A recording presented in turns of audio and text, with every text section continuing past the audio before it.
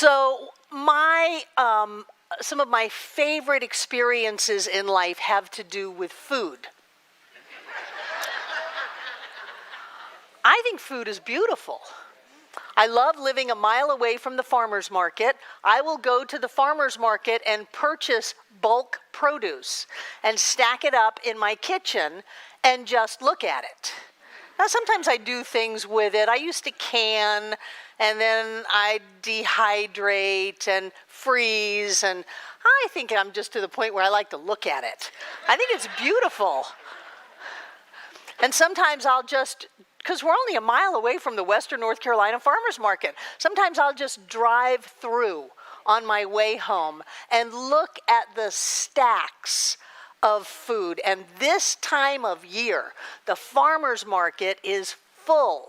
There are giant pumpkins. There are little pie pumpkins. There are kinds of squashes I've never even heard of before stacked up. There are apples that fill these little open air rooms all the way up to the ceiling, and machinery driving crates of things around. There's still tomatoes and peppers and eggplant, and there's beets and onions and all kinds of stuff over there just stacked up, because this is the time of harvest.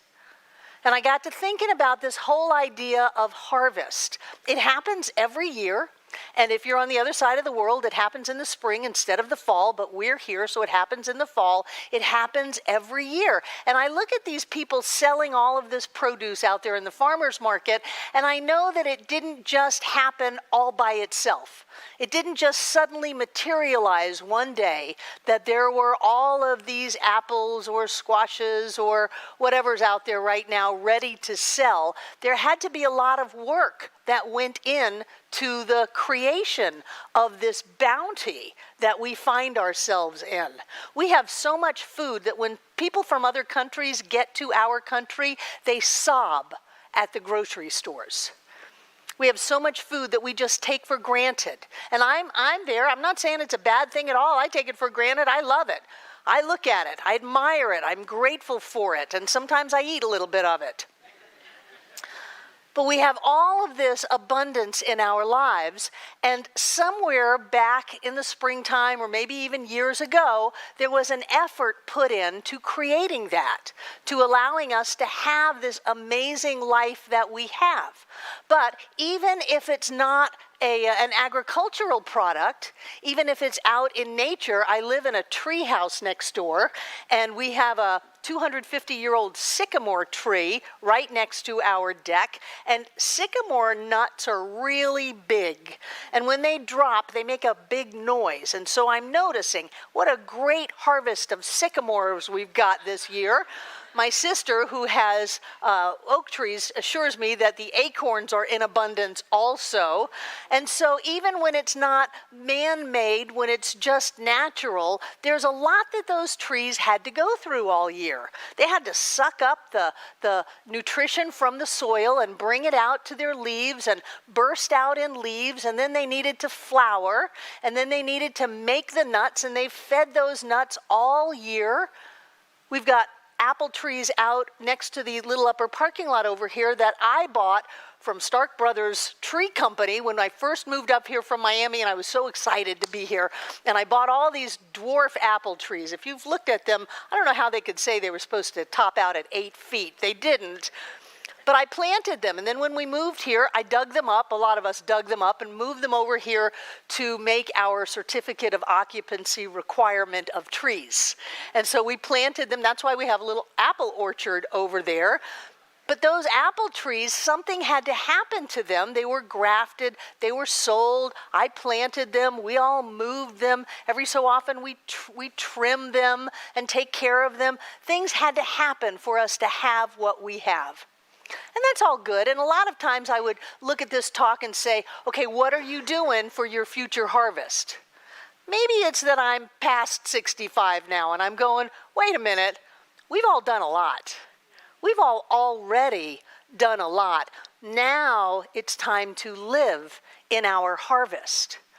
So many times we bring our old unrealized expectations of ourselves into this teaching, and we translate the critical parent into some kind of person who says, you need to do this, and you need to do that, and you need to do that. And I'm saying, no, I think we've done it. Think about it. How many books have you read? How many groups have you been in? How many people have you forgiven? How many hours of meditation have you done? How many prayers? How many treatments? How many processes? How many times have you looked in the mirror and talked to yourself? How many times have you pulled yourself out of darkness and back into the light? How many healings have you had? How much have you grown in your life? Now is the time to live in our harvest. We will always have work to do. Life it just requires that. But we don't have to say, I don't get to have it until I do my planting. Some people teach that way. I think it's a little harsh. We've already done the planting. We've done the planting, the rains have come, the soil has nourished what we have given it, and it has shown up in our lives. And so I want to submit to you this autumn season, that this is our season for taking that which we have created. This is our season for noticing our demonstrations, for accepting all of the good that life has for us, that for us to continue to set the bar higher and higher and higher about what we have to do before we can have what we want to have is crazy. It's neurotic. And if I have taught you nothing other than it's here and now, then I guess I've taught you nothing. How does that phraseology work anyway? It is time to accept. Abraham is in town, and I love the teachings of Abraham. Abraham is all about accepting our good, not about what we have to do to get our good. Abraham is all about wrapping our head around the idea that I am in my joy now. I am free now. I have what I want right now. And we all know that as we experience that within ourselves, we're going to demonstrate it on the outside. And I can look around at all of you, and I know most of your stories. I know most of what's going on with all of you. I don't think there's anyone in this room that is so screwed up that they cannot have the life of their dreams. We have done the work. It is time to let go of pain and suffering and struggle and to embrace all of the good of life. We have done it. I know for me, I started it when I was 15, and I bought my transcendental meditation mantra. Spent $100 on that sucker, and most of it was in ones, paying for my mantra. And I started doing all of the meditations, and then I started hanging out at an ashram. I got married in the ashram the first time, and then I found Science of Mind when I was 27 and jumped in with both feet. I have done the work. I have done the work to have what I want to have right now. And what I want to say is, don't think about next year's harvest when today's harvest is right here. It's on the tree, it's bursting forth, it's stacked up at the farmer's market. All you have to do is go pick it up and go with it. Don't wait until next year's harvest to think that you've got more to do. You know it. You've experienced it. You've jumped off a 35-foot building and rappelled down. You've done it. You too, Robert. I hear you went down that building too. Did you, Roxanne? No. Robert and Darcy went down that building. We have done it. It's time to accept the good that is ours. And when I am in this, and probably my affinity for food, other than I do truly think it's beautiful, is the fact that I didn't always have an abundance of food in my life, and so I appreciate having food around me. One of the things that I do is I appreciate what's here. And I think that that's one of the tricks to taking what we have already created, is the gratitude aspect, the appreciation aspect. To be able to say, I really enjoy this. and I'm going to enjoy it. I love being able to come to this center. I love being able to live in Asheville, North Carolina. How many people around the world covet living in Asheville, North Carolina? They want to live in Asheville, North Carolina, and we get to live here. And I know a lot of people did a lot to get here. Some of you live in Greenville. Greenville's okay.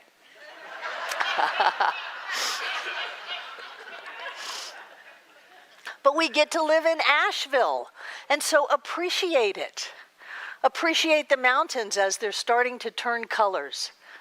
Appreciate the fact that there's a herd of deer that run through the lower parking lot next to my house every morning at dawn. Isn't that cool? I wish they would eat the fallen apples. They don't seem to like the apples. Appreciate where you are. Appreciate the people that you're in relationship with. You know who you have hung out with in the past. You're doing better. Appreciate them. Appreciate what you've accomplished in life. Be grateful for that. Appreciate how strong you are. Be grateful for that. Appreciate how smart you are. Be grateful for that. Appreciate every door you've had to bust down to get to where you want to be today, to get to where you are today. Appreciate that. Let's move into not only letting ourselves go from perhaps an unending spiritual to-do list into an acceptance that we are enough just the way that we are. We have done enough just as we are to experience the life of our dreams. And let's take it a step farther to really give ourselves some pats on the back about what we have created. I don't know about you, but I came from very humble beginnings. Very, very, very humble beginnings. And for me to have the life that I have right now is nothing short of a miracle of my own making. And I guess that's true for many people in this room. For you to be living the life that you are is nothing short of a miracle of your own making. So live it. Enjoy it. Experience it. Take it. And yeah, it'll come around next year, and metaphysically next year is in the next minute. But let's not discount the moment now just because we know that another harvest is right around the corner. I worked hard for what I am. My guess is you did too. And I see those farmers out there, the ones that I like to buy from the actual people that grew the stuff, and they're so proud of what they did. They're so proud of their harvest. They're so proud of the fact that they created a beautiful crop of whatever it is they created. That's what they do. That's who they are. They're farmers. Well, we're farmers. We create our life. Every experience in our lives is our harvest. So the ones that you're really enjoying, live in that. The ones not so much, think about planting some different crops. You know, it's not unusual that a crop doesn't come forward like you thought it would. Maybe you get a bunch of thistles, a bunch of weeds. So do something different. But the ones that really shine, the ones that make you proud, the ones that have you hold your head up high, be grateful for those, acknowledge those, accept those in your lives. So many times we're so busy racing down the road to take the next thing, to be part of the next thing, to do something that is supposed to open us up, make us prosper, have us be happy and whole, that we forget and we miss the fact that we already are there. We are the next thing. You people are the light bearers on planet Earth. You are the next thing. You don't have to go find it. You already are it. And look at what you've done. You created this center. You created a structure that touches 12,000 people a month right now. It takes my breath away. It humbles me beyond my previous awareness. The fact that Mary Love can go to a leadership council meeting and bump into someone whose mother's been in this teaching forever and is going blind and just wants to hear the words of Ernest Holmes. There are no accidents. There are no coincidences in the world. We are all in our perfect and right place doing exactly what we're supposed to be doing. And so she says, check out our website. The whole original Science of Mind textbook is there in Barbara Waterhouse's voice. 10 hours of recording, as well as Wallace Wattles and Charles Hannell and Ernest Holmes' early books, all the ones that I could get a hold of still in public domain. You get to be a part of that. We're not just airy-fairy pie-in-the-sky stuff. This isn't just meditate your way to happiness. I mean, please, meditate your way to happiness, but this is real live stuff. We get to come to this center. We get to be clued in about things that actually will make our lives better and better and better. And sometimes it's a little tricky because we do so much want our lives to get better and better and better that we begin to see ourselves as lacking in the consciousness to have the better and better life. And I want to caution you about that, because as soon as you feel like you're lacking anything, then you create lack and limitation in your life. And I look at each and every one of you and I see that you have more than enough. You have more than enough consciousness. You have more than enough experience. You have more than enough time that you've put in to self-growth, to therapy, to physical experiences, whatever it is that you're doing to make yourself better and better. You've already done enough to have the life that you want to have. There's nothing wrong with you. There's nothing lacking in any of you. You've never done anything wrong. You've never made a mistake. You're always doing exactly what you need to do. And we took that and we shine. We take that and we stand up on top of that hill and let our light shine. And I think that we do that by noticing what we've done, noticing who we are, and noticing what we already have. You know, you can look at what you don't have until all you have is what you don't have.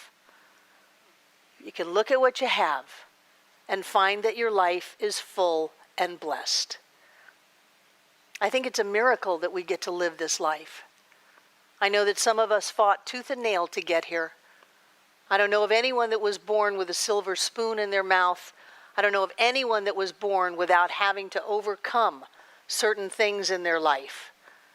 And now look at us. Look at where we are. Look at who we are. When we do that, then all of the things that we have already created in consciousness show up. It's kind of like we've got a spiritual bank account. And every time we didn't jump into anger or hate or blame or victimization or any of those things, every time we didn't do that, every time we pulled ourselves back, and we said, no, I know who I am. No one can hurt me. I am in charge of my life. I know who I am. I am spirit made manifest as me. I can do anything. We get a deposit in our spiritual bank account. Chick-ching, chick-ching. Every time we forgive somebody, because some people are just not there yet. But every time we let them go, we let ourselves go. Chick-ching. Every time we do our meditation, chick-ching. Every time we do a spiritual mind treatment, chick-ching. Every time we see a practitioner, chick-ching. Every time we get a hold of our thought process and steer our lives in the direction that we want to go, chick-ching. And so at what point do you stop making deposits all the time and start making a withdrawal? You got the big ATM with a GOD on it. Start making some withdrawals. Well, I really want to go on a trip to the beach. I want to go to Tahiti. I want to go to Maui. I want to go climb Machu Picchu. I want to go to the next Joe Dispenza group in Cancun. I want to do this. I want to buy a new car, blah, blah, blah, blah, blah, blah. Whatever. You've got what it takes. You've already got it deposited in your spiritual bank account because you've got the consciousness to have it. It's already here, although it may not have manifested in time and space yet. Be grateful for it. Look at what you've done so far. Look at what you have so far and watch that grow. And it doesn't just grow a little bit. It grows exponentially. You've already done the work. I'm not saying there's not more work to do, but certainly we don't have to pile it on ourselves just so that we have a big spiritual to-do list. We don't have to pile it on ourselves. Because when we do that, we say, I can have my good if. I can have my good when. And the only time we'll ever have our good is right here and right now. And the only way we will ever accept our good is to realize that we're already there. We're already healed. We're already whole. We're already perfect and complete right here and right now. You're all wealthy in your spiritual bank accounts. Don't leave this earth without spending it. I love those bumper stickers that say, I'm spending my children's inheritance. You can't give this stuff away to anybody. It's either yours or it's no one's. You've already done the work. You've already done a really good job. Be grateful, appreciate yourself, and enjoy all of the fruits of your labor. Every minute of every day, be one of those people who are living in the harvest. And so it is.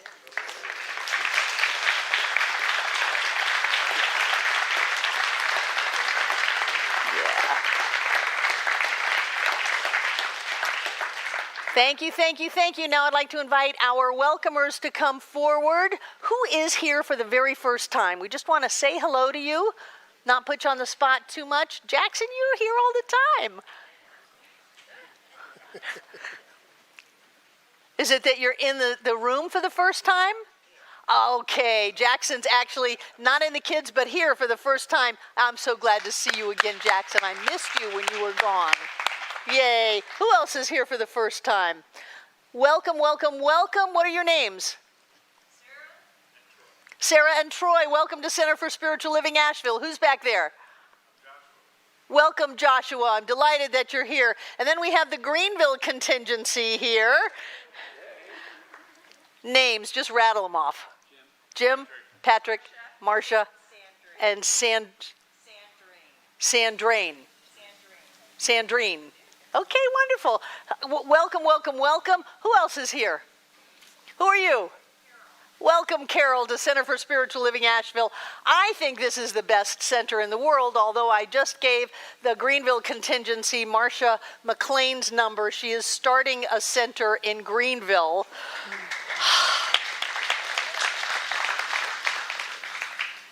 But I think this is an amazing place. And when you come here, you're in a vibration that says you have all the power, all the love, and all the joy that you could ever possibly use. And if you want your life to be better, all you have to do is focus on what you want, and you get that. Focus on having it, focusing on appreciating it, focusing on living in the abundance of all of life, and it shows up. We have so many people that are walking miracles in this room, and it is a tribute to this teaching. So welcome, welcome. The welcomers gave you a card. If you would like to have more information about this center, you can give us your name and address. If you want just email, just check email only, and we'll send you an email weekly newsletter and let you know all the cool things that are going on, and I'm really glad you came today. They also have a gift for you after the celebration. So, I'd like to invite our prosperity acceptors to come forward, and I want to take a moment to talk to the camera. Those of you watching out on the World Wide Web on our YouTube channel, thank you for being a part of this community. And you too can participate in supporting this ministry by clicking the donate button on your YouTube page, and it'll take you to our PayPal account. If you send me a note, I'll send a note back to you. I think that we have so many people that are a part of this community that we have never even known about. And I'm glad that you are one of them. Thank you. And those of you in the room, thank you for your generous support of this center. We are doing well. We bought 2 new air conditioners, a new sidewalk, a new dishwasher, and a new riding lawnmower, all in about 1 month, and we've pretty much paid for all of that. So thank you for your generous support for all of that. I'm very grateful for who you are and the value that you hold this center in your life. And what I like to do is open up my hand, put my gift on it, and cover it with the other hand. Those of you who don't have something in your hand because your bank sends in your check or you do it on PayPal, know that energy is energy and giving is giving. And I bring that close to my heart and know that God is the source of all all supply, all love, all healing, all joy, all expansion, and that money is God in action. And so we open up to the flow of money in our lives, knowing that we deserve to have money. We spend money in love and clarity, knowing that it goes out into the world to touch and bless everyone, and knowing that it comes back into our lives in an eternal circle of giving and receiving. We give from the best of us. We give from the fullness of us, knowing that each one of us comes together this day to make this center for spiritual living Asheville all that it was ever meant to be.